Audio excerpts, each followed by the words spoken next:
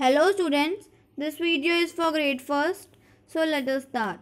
In this sheet, we are going to study 3 different parts in which we will get to know about 3 different subjects, which are English, Maths and EVS. So let's start with our first subject of the sheet, English. Fill in the blanks using prepositions. What we have to do is we have to fill up the blanks using preposition. Preposition क्या होता है? Preposition are positional words. Words which are used to show position of an object are known as preposition. ऐसे words जो कि किसी object की position बताएं कि वो कहाँ पर है. I mean like in है, on है, under है, in front of, behind, beside. Okay, if the word tells the position of an object, then the word is positional word or preposition. Okay, so हमें preposition words यहाँ पे fill करने हैं. A boy is sitting in the classroom. एक लड़का classroom में बैठा है. A boy is sitting in the classroom. Keep the book on the table. On the table मतलब टेबल पर. ओके, above नहीं लिखेंगे हम. We will not write above the table. above मतलब वो मतलब हवा में हो जाएगा. on मतलब वो टेबल से टच है. जब हम बुक को रखते हैं टेबल पे तो टेबल से टच रहती है ना book. Okay, so you will write on.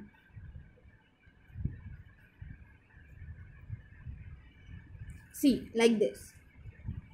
I will wait for you in the library. मैं लाइब्रेरी में आपके लिए वेट करूँगी. In the library.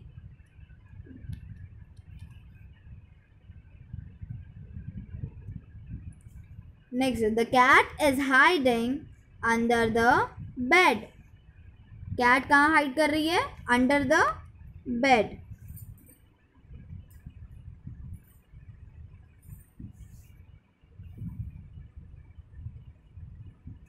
See, next is climb up. Climb up मतलब ऊपर की तरफ climb करो, मतलब चढ़ाई करो. up मतलब क्या? up पोजीशन बता रहा है ना. It is telling the position. Okay, in this way you have to fill up the preposition words. Okay, इन्हीं words को हम कहते हैं positional words या फिर prepositional words. Words which tells the position of an object is known as prepositions. For example, in, on, out, under, over, between, in front of, behind, etc. These are some commonly used prepositional words. Now, let's move to the next section of the sheet, which is maths. Write Roman numerals for the numbers. जो number दिए हैं इनके लिए हमें Roman numerals write करने हैं. What are Roman numerals? Okay, Roman numerals क्या होता है? रोमन न्यूमरल्स आपके होते हैं अल्फ़ाबेट्स. ओके, इन नंबर्स को ना अल्फ़ाबेटिकल कोड में राइट करते हैं. इन्हीं को हम रोमन नंबर कहते हैं. लाइक 1 है तो कैपिटल आई राइट करते हैं 1 के लिए.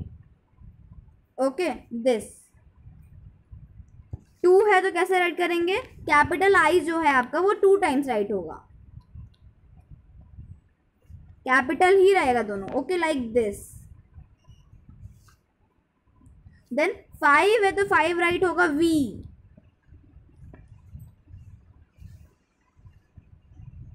एंड रिमेंबर रोमन न्यूमरल्स में हमेशा जो भी लेटर्स होते हैं वो कैपिटल होते हैं. 10 होगा आपका एक्स.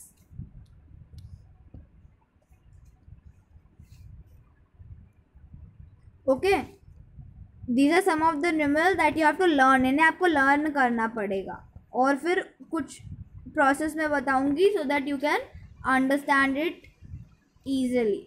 20 2 टाइम्स एक्स लिखेंगे. ओके, अगर 1 एक्स का मतलब 10 है तो 2 एक्स का मतलब 20 हो जाएगा. 10 + 10 20. उसी तरीके से 30 का हो जाएगा triple X. X X X which will be in capital. 30.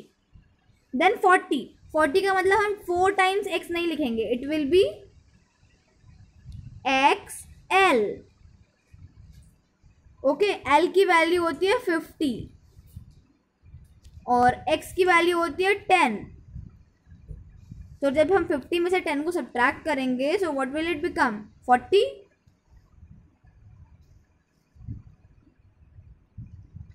Okay, these are some numeral which you have to learn. इन्हें आपको लर्न करना पड़ेगा. जब हम किसी को कोई भी न्यूमरल को राइट साइड में राइट करते हैं तो वो ऐड होता है, और जब लेफ्ट साइड में राइट करते हैं तो वो सब्ट्रैक्ट हो जाता है. And we are having 5 different numerals. Okay, I, V, X, L, C. I का मतलब होता है 1, V का मतलब होता है 5, X का मतलब होता है 10, L का मतलब होता है 50 और C का मतलब होता है 100. इसके आगे भी है D, M, जिसका मतलब होता है D का मतलब होगा 500, M का मतलब होगा 1000. ओके, और हम किसी भी लेटर को 3 टाइम्स से ज़्यादा रिपीट नहीं कर सकते. ओके, अगर 1 है, अगर I है तो I 1 2 3, इसका मतलब हो गया 3 टाइम्स रिपीट हुआ. अब 4 लिखना है तो हम इसे 4 टाइम्स रिपीट नहीं कर सकते, ऐसे नहीं लिख सकते, ये रॉन्ग हो जाएगा. We will write IV. Okay, V का वैल्यू क्या है आपका 5 और I की वैल्यू है 4, तो V के लेफ्ट साइड में राइट हो गया है ना, तो 5 - 1, जब 5 - 1 होगा तो 4 हो जाएगा. तो IV का मतलब होता है आपका 4. जब हम 5 राइट करते हैं तो V राइट करेंगे, और जब 6 राइट करेंगे तो इसमें आगे 1 ऐड कर देंगे, तो इट विल बिकम 6. 7 राइट करेंगे तो 2 ऐड कर देंगे, 7 हो जाएगा. 3 ऐड कर देंगे तो 8 हो जाएगा. और 9 कैसे लिखेंगे? 9 में तो हम रिपीट नहीं कर सकते. 10 में से हम 1 सब्ट्रैक्ट कर देंगे तो बन जाएगा 9, IX, और x की वैल्यू होती है 10. Okay, so these you have to learn. कुछ वैल्यूज आपको लर्न करनी होगी, कुछ आपको समझनी होगी. Now let's move to the next section of this sheet which is EVS. Fill in the blanks.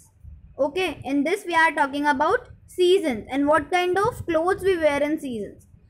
Seasons के बारे में बात की गई है, और इन सीजन में हम कौन से तरीके के कपड़े पहनते हैं उन्हें हमें यहाँ पे राइट करना है.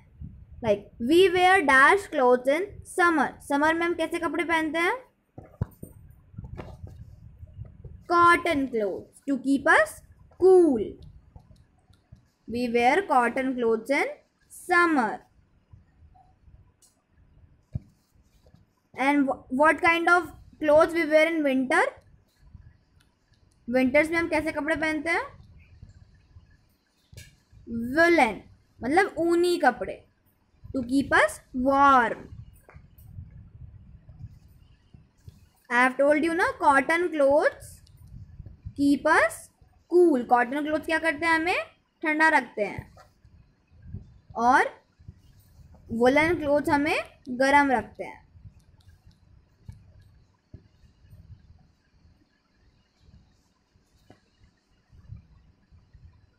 We wear dash when we go out in rain. बारिश में जब हम बाहर जाते हैं तो हम क्या पहनते हैं? Rain coat.